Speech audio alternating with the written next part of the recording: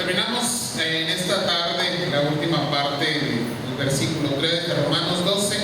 ¿Cómo dice esta porción de la Escritura? Digo pues, por la gracia que me es dada a cada cual que está entre vosotros, que no tenga más alto concepto de sí que el que debe tener, sino que piense de sí con cordura, conforme a la medida de fe que Dios repartió a cada uno.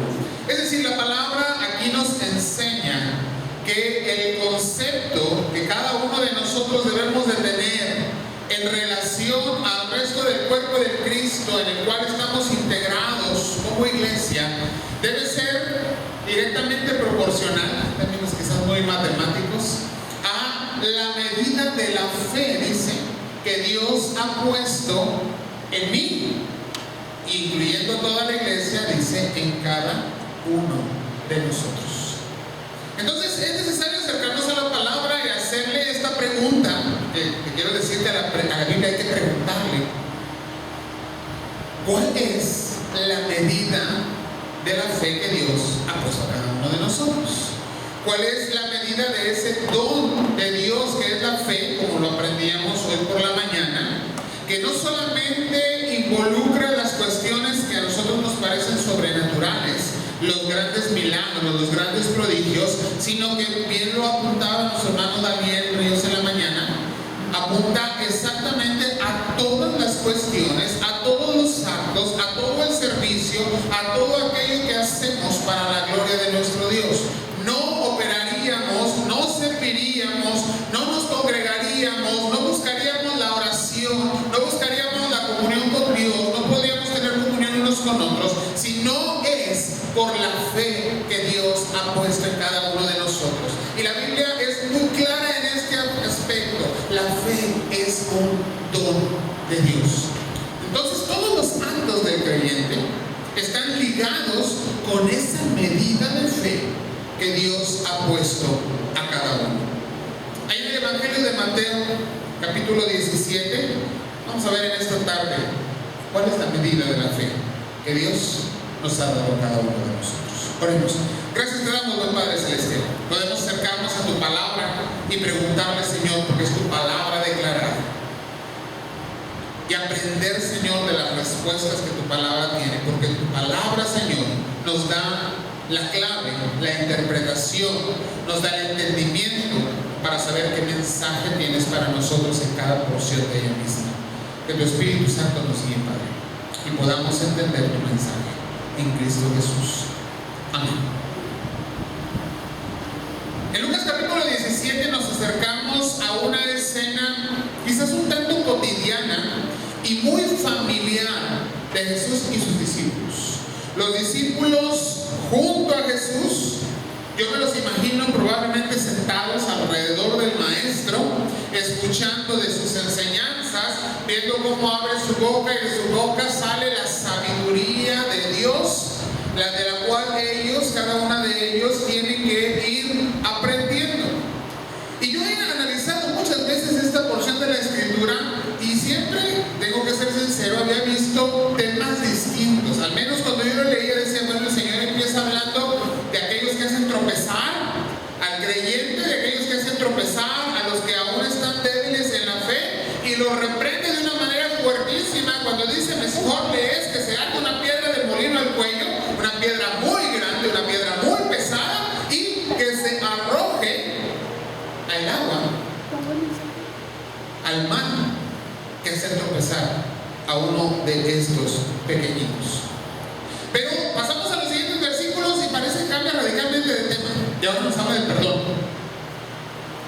Y ahora habla a cada uno de los discípulos y les dice: pero si pecaren contra ti y vienen y te piden perdón, hay que perdonar. Y si muchas veces, aunque el número es 7, recordemos que el 7 significa la perfección, y esto abre un panorama a que, aunque pase de 7, sea 8, sea 10, sea 15, sea 20, la perfección de Dios se da en el número total de las situaciones en las que cada uno de nosotros tenemos el deber cristiano, el deber espiritual de ¿qué? De perdonar. Y si muchas veces viene nuestro hermano y nos dice: ciertamente he pecado contra ti, me arrepiento, perdóname,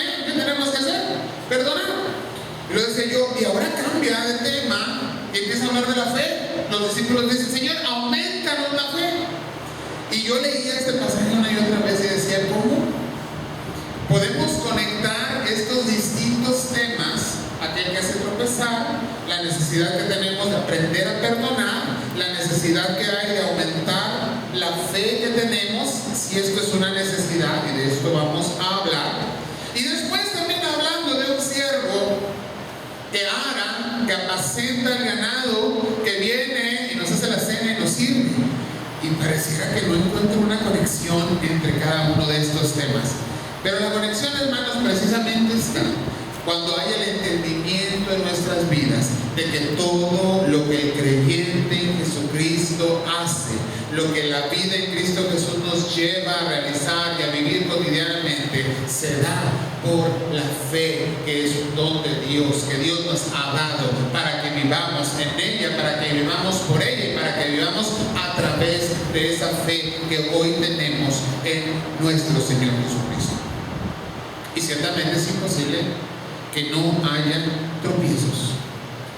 Y estos tropiezos de los que habla aquí los primeros dos versículos vienen precisamente por aquel, puede ser uno de nuestros hermanos, que después puede venir a pedirnos perdón. Y que todas las veces, independientemente de la reprensión que Dios tenga para esa persona, incluso la primera frase del versículo 3 que nos dice mirad por vosotros mismos, es una invitación a que tú y yo no nos juzguemos unos a otros. Porque está hablando de aquel que hace caer y después nos dice, pero tienes que mirar por ti mismo. Y entonces, mirando por ti mismo, por la fe, si tu hermano que pecó contra ti viene y te pide perdón, por la fe hay que perdonarlo. Por la fe hay que aceptar esa disculpa. Por la fe hay que, en el amor de Cristo, perdonarlo. Y entonces podemos entender el tercer tema, que es el aumento de la fe. Yo pienso que en la vida de los discípulos, las primeras palabras, los primeros 4 versículos sonaron a algo muy complicado de hacer. Yo no sé qué tan difícil sea para ti el perdón, creo que en otras ocasiones lo hemos hablado. La palabra nos dice que el perdón es un deber cristiano. La palabra nos dice que el perdón es algo que tenemos que hacer. La palabra nos advierte que si nosotros no perdonamos, el Señor no habrá de perdonarnos. Cada vez que repetimos el Padre Nuestro, decimos, Señor, en la medida que yo aprendo a perdonar, que yo perdono a aquel que me ha ofendido, Señor, en esa medida, tú perdóname a mí. Pero la realidad es que el perdón sigue siendo un tema complejo en nuestros pensamientos como seres humanos, que aún conservamos la naturaleza caída por el pecado. Porque ciertamente juzgamos al otro. Ciertamente nos sentimos ofendidos y ciertamente hay en nuestros corazones enojo y muchas veces dejamos que ese enojo se convierta en ira. Y si bien la palabra dice airaos, también nos dice pero no pequéis. No te quedes con ese enojo, independientemente si nos tenemos que ir a dormir por la noche o no. No nos podemos quedar con enojo. ¿Cómo nos quitamos esa ira? ¿Cómo nos quitamos ese enojo? Te digo cómo, con el perdón. De eso está hablando la palabra. El problema es que para perdonar, ¿sabes qué se necesita? Fe. Y entonces los discípulos, al reflexionar en las palabras de su Señor y Maestro, y cada uno de nosotros al reflexionar en las palabras de Jesús, nuestro Señor, nuestro Maestro, pues podemos unirnos fácilmente a la petición de los discípulos. ¿Qué es lo que piden? Señor, aumentanos la fe. Necesitamos más fe para poder perdonar. Necesitamos crecer para poder perdonar.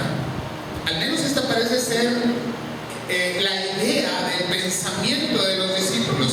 ¿Y sabes qué? Esta es la idea hoy en la cabeza de muchos creyentes. Señor, para poder vivir en ti, dame más fe. Señor, para poder obedecer tu palabra, dame más fe. Señor, para poder servirte en aquello que me estás pidiendo, dame más fe.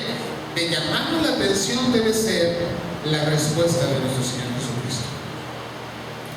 Pero antes quiero decirte que la petición de los discípulos es genuina. Por eso te quiero decir que es correcto que nuestro corazón clame por más fe. Porque en nuestro entendimiento, en nuestra posición como seres humanos, pareciera que hacer la voluntad de Dios, obedecer su voluntad, vivir en la línea marcada por nuestro Señor, por su ejemplo, es algo imposible de alcanzar. A nosotros así nos parece como seres humanos. Y entonces buscamos, como cuando nos estamos ahogando, ¿verdad? Algo de qué afianzarnos. ¿Dónde está esa tabla que nos da la seguridad? La fe. ¿Qué hacemos cuando tenemos problemas? Clamamos al Señor, ¿por qué? Porque tenemos fe. ¿Qué hacemos cuando estamos en enfermedad? O cuando conocemos a alguien que está en esa dificultad grande. ¿Dónde está nuestra agarradera, nuestro afianzamiento para sentirnos seguros? Está en la fe. ¿Por qué claman los discípulos por fe? Porque sienten que necesitan que un poder superior les lleve a poder perdonar en la medida que el Señor les está diciendo que hay que aprender a perdonar sin juicio, sin juzgar al otro, sino viendo por uno mismo, sabiendo que uno mismo puede ser causa de que otro tropiece, y perdonar. Entonces la petición es genuina, pero tenemos que fijarnos en la respuesta que nuestro Señor Jesucristo les da. Hoy en la mañana aprendimos que la fe es esa dependencia de Dios. Esa dependencia, esa hambre de buscar al Señor que llevó a los discípulos al templo, esa necesidad de estar en comunión con Dios que los llevó a orar en el templo. Pero también la fe va a mover al otro a acercarse, a buscar a través de ti al Señor, a ver en ti una situación diferente de vida, a ser movido por el Espíritu para saber que ahí hay una respuesta y para dar una respuesta conforme y en la fe a la voluntad de Dios. Lo vemos muy claramente, lo vemos gráficamente en Pedro y Juan, orando, pidiendo y en el poder del Señor sanando a este hombre enfermo, cuya vida es transformada, y al final nos queda muy claro, porque así lo declara la palabra, que ha sido sanado, que ha sido perdonado por la fe en Cristo Jesús. Si la fe entonces mueve nuestra vida en Cristo, mueve nuestra obediencia, nos lleva a poder perdonar, nos lleva a poder obedecer, nos lleva a poder testificar, hace que podamos vivir en Cristo. Entonces déjame decirte que no es la cantidad de fe lo más importante. Y cuando vemos la respuesta de nuestro Señor Jesucristo, tenemos que entender lo que Él les está diciendo. Ve conmigo el versículo 6 de Lucas 17, y dice la palabra: entonces el Señor dijo, si tuvieres fe como un grano de mostaza, podrías decir a este sicómoro, desarráigate y plántate en el mar, y os obedecería. En Romanos capítulo 12, versículo 3, estamos queriendo entender esta porción de Romanos 12. Se nos dice que debemos tener un concepto de nosotros mismos, pensando de nosotros mismos con cordura, conforme a la medida de la fe que Dios repartió a cada uno. Tenemos que preguntarnos entonces en primer lugar, ¿para qué Dios nos repartió fe? Porque te repito, la fe es un regalo, la fe es un don de Dios. No es algo que nos ganamos, no es algo que surgió espontáneamente en nosotros, sino es algo que recibimos. ¿Qué medida de fe nos dio Dios? Bueno, tenemos que pensar para qué nos dio la fe el Señor. Y la fe nos la dio para que pudiésemos ser salvos. No estarías aquí y no tendrías salvación en Cristo sin la fe.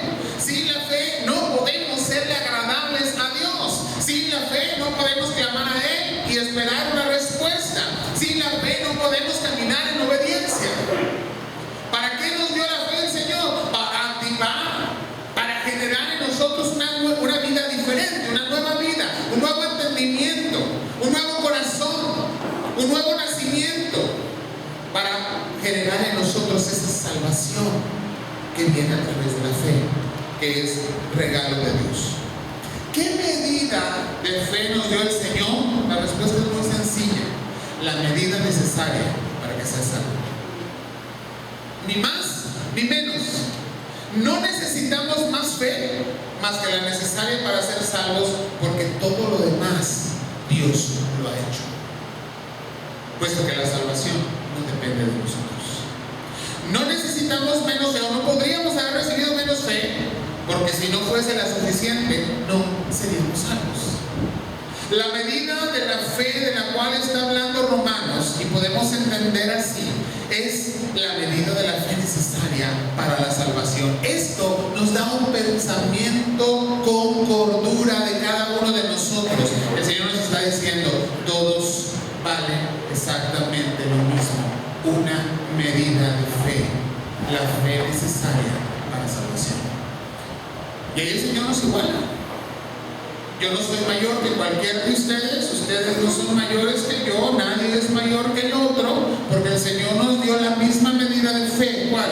La necesaria para ser salvos.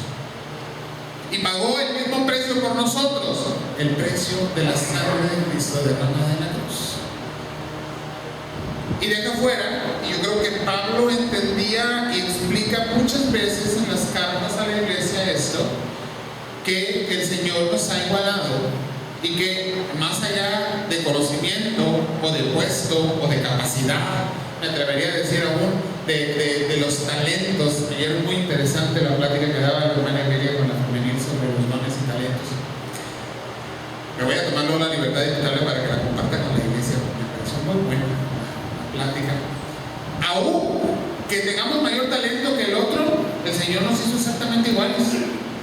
Pagó lo mismo y nos dio la misma cantidad de fe, la necesaria para ser salvos. Cuando entendemos esto, nos damos cuenta que no puedo tener un concepto de mí mismo distinto o superior al otro. Y voy a pensar de mí cuerdamente, con cordura, porque entiendo que la medida de fe que Dios puso en mí fue la que puso en David, fue la que puso en Asael, fue la que puso en Gabriel y fue la que puso en cada uno de los que estamos aquí. Y que todos tenemos la misma medida de fe, la necesaria para salvación. Pero los discípulos quieren aumentar la fe, y explicábamos por qué. Quieren más fe porque creen que si la tabla es más ancha, pues podemos agarrarnos más fácilmente. Que si la base es más grande, pues nos vamos a sentir más seguros. Y que si yo no me creo capaz de perdonar, Señor, pues ¿qué necesito? Más fe para tener de dónde afianzarme y poder cumplir y vivir conforme a la voluntad que acaba de ser expresada. Y el Señor les dice, miren, discípulos, y nos habla a cada uno de nosotros, si tuvieses una fe del tamaño de un grano de mostaza, ¿cuánto será esa fe? Bien poquito. Y le dijeres al sicómoro que se desarraigue, que salga cuando hay raíz y que se quite de la tierra y se ponga en el mar, dice, los obedeceré. Y esto lo podemos entender de dos maneras. O la fe necesaria para salvación es todavía mucho más pequeña que el tamaño de un grano de mostaza, que sinceramente no creo que esto sea lo que el Señor está enseñando. O que no sabemos usar la fe que el Señor nos ha dado. Y creo que así es.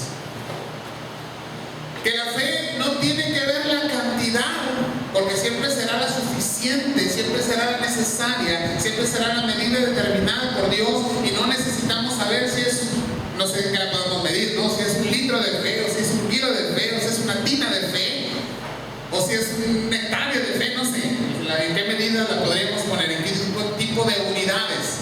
Pero no es la cantidad, sino el uso que el creyente, que el Hijo de Dios, que el discípulo le da a esa fe que es capaz de llevarnos a perdonar, esa fe que es capaz de llevarnos a entender que aunque el otro me hizo daño, Dios me pide que le perdone. Esa fe que me lleva a vivir, a buscar al Señor, a venir a su iglesia, a orar, a buscar interceder por el otro, a ver por el bienestar del otro. Esa fe que nos lleva a vivir la vida en Cristo Jesús. Y que lo importante no es la cantidad de fe, sino cómo estamos experimentando esa fe, cómo la estamos llevando a una vivencia real en cada uno de nosotros. Aquí tenemos entonces que acercarnos también al libro de Santiago, y darnos cuenta de, al fin es palabra de Dios, es totalmente cierto, y tenemos que entender por qué nos dice Santiago que la fe sin obras es una fe que está muerta. Y puede ser una medida grande. Híjole, porque yo necesito mucha fe para venir a los pies de Cristo. El Señor dio lo suficiente. Pero una fe que no se respalda con los hechos de la vida del creyente es una fe que no sirve, que está muerta, así lo dice Santiago. Es palabra de Dios. ¿Qué nos está queriendo enseñar? ¿Y qué está queriendo el Señor dejar en el corazón del discípulo, de la discípulo de Cristo? Precisamente que la cantidad de fe no es lo importante, sino la clase de fe, sino los hechos a través de la fe. Te digo una cosa, no necesitamos más fe. Si tú eres un creyente, si tú has nacido de nuevo en Cristo Jesús, no necesitas más fe. Dios te dio la fe suficiente, la fe necesaria para salvación. Ahora hay que usar esa fe adecuadamente. Hay que tomarnos de esa fe, que aunque fuere pequeñita como una semilla de mostaza, dice el Señor, es suficiente y aún sobra. No necesitamos andar desplantando sicómoros y poniéndolos en medio del mar, ¿verdad? Aún el ejemplo nos dice que es algo irreal. ¿Para qué querríamos poner un árbol en medio del mar? Pero lo que el Señor está queriendo decir es que la fe que nos ha dado sería aún necesaria para hacer aquello que no necesitamos hacer, si la pusiéramos en práctica de una forma correcta. Entonces podemos llegar a los versículos 7 y 8 y entender qué conexión tienen. Y dice la palabra, voy a leer, dice: ¿quién de vosotros, teniendo un siervo que ara o apacienta ganado, al volver él del campo, luego le dice, pasa, siéntate a la mesa? No le dice más bien, prepárame la cena, síñete y sírveme hasta que haya comido y bebido, y después de esto, come y bebe tú. ¿Acaso da gracias al siervo porque hizo lo que le había mandado? Y dice nuestro Señor Jesucristo, pienso que no. Yo no sé cómo sonaron esas palabras en los oídos de los discípulos, pero me pongo en su lugar por un momento y digo, cuando está hablando del siervo y del amo, está hablando de la fe y de mí.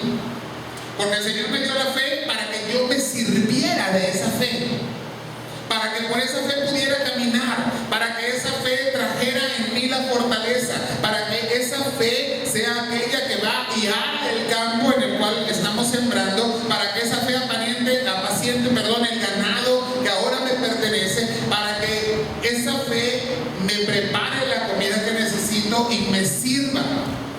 Y sabes que a veces hasta somos desagradecidos con la fe, porque si no fuera por esa fe que Dios nos ha dado, su regalo, no podríamos vivir en Jesucristo. Esto podría ser un pensamiento muy fácilmente en la vida, en la cabeza, en la mente del discípulo. Acaba de decir el Señor que si tuviera tantita fe sería suficiente para hacer prácticamente cualquier cosa. Y ahora me habla de un siervo que está sirviendo a su amo y al cual ni siquiera le agradece. La fe es el siervo y yo soy el amo, me la dio para que me sirviera de ella. Lo que no sé si los discípulos entendieron, pero creo que el Señor quiere dejar este pensamiento en nuestra mente, es que la fe, hermanos, no se puede desligar de nuestra vida. No podemos ver la fe como nuestro siervo y nosotros como el amo, porque la fe está en nosotros. Y lo que la fe en Cristo hace en nosotros es lo que nosotros hacemos. La fe nos va a llevar a servir, la fe nos va a llevar a predicar, la fe nos va a llevar a discipular, la fe nos va a llevar a desarrollar dones, a desarrollar capacidades, la fe nos va a llevar a tener ministerios de servicio en la iglesia, y por la fe vamos a alcanzar y cumplir la voluntad de Dios en nuestras vidas. Entonces, en ese momento, el siervo y el amo son uno mismo. La fe ya no me sirve, ¿por qué? Es por la fe que estoy viviendo. Y la palabra nos invita a que vivamos por fe. Y podemos entender el versículo 10 y colocarnos en esa posición de siervo. Así también vosotros, cuando hayáis hecho todo lo que os ha sido ordenado, y lo vamos a hacer por la fe, decid: siervos inútiles somos, pues lo que debíamos hacer hicimos. Pero es también por la fe que podemos hacer más de lo que debíamos hacer. ¿Qué nos va a mover a dar la segunda milla? La fe. ¿Qué nos va a mover a hacer más de lo que hemos sido llamados a hacer? La fe. A cumplir la fe. Híjole, entonces, ¿de dónde agarro más fe? No necesitas más. Pon tu fe a servir con tu vida a Cristo. Pon esa fe suficiente, esa medida de fe que Dios te dio a servir la voluntad de Dios. Porque no se necesita más. Se necesita que esa fe se convierta en esas obras de gracia, de misericordia, de perdón, de servicio, de ministerio, para las cuales Dios te ha llamado a ti y para la cual te dio la fe necesaria para que fueras su hijo. ¿Cuál es la medida de fe que Dios puso en cada uno de nosotros? La suficiente para que fuésemos salvos, la suficiente para venir a los pies de Cristo por la fe, regalo de Dios. Y esa medida de fe es la necesaria para que al terminar nuestra carrera en este mundo podamos presentarnos delante de Dios y decirle: Señor, lo que pusiste delante de mí para hacer lo hice, las metas que tú te propusiste para mi vida se cumplieron y hoy estoy aquí por tu gracia, por tu amor, por la fe que un día el Señor en su voluntad tuvo a bien poner en nuestra vida como un regalo. Esa misma fe, me regreso a Romanos 12, nos iguala. Dios puso la misma medida de fe en cada uno de nosotros. Por eso el Señor nos dice: no tengas más alto concepto de ti que el que debes tener. Piensa de ti cuerdamente, con cordura, conforme a esa medida de fe, la necesaria para la salvación, la cual el Señor puso en tu vida. Vamos a ver. Señor, gracias, Padre. Gracias, Señor, porque nos estás enseñando cómo has formado tu iglesia, cómo, Señor, nos haces un llamado a la unidad, nos haces un llamado al servicio, nos haces un llamado, Padre, a reconocer en el otro el gran valor que tú le has dado, igual que has dado a cada uno de nosotros. Cómo reconocernos, Señor, que somos un mismo cuerpo y aunque distintos miembros de ese cuerpo, a cada uno, Señor, tú nos llamaste para una función y no nos das valores distintos, nos haces iguales, Padre. A todos nos has dado la medida de fe, nos has dado la medida de fe necesaria para salvación. Pero, Señor, necesitamos convertir esa fe en acción, esa fe en hechos, esa fe en obras que te glorifican, Señor, que te sirven, que cumplen tu propósito en cada uno de nosotros. Enséñanos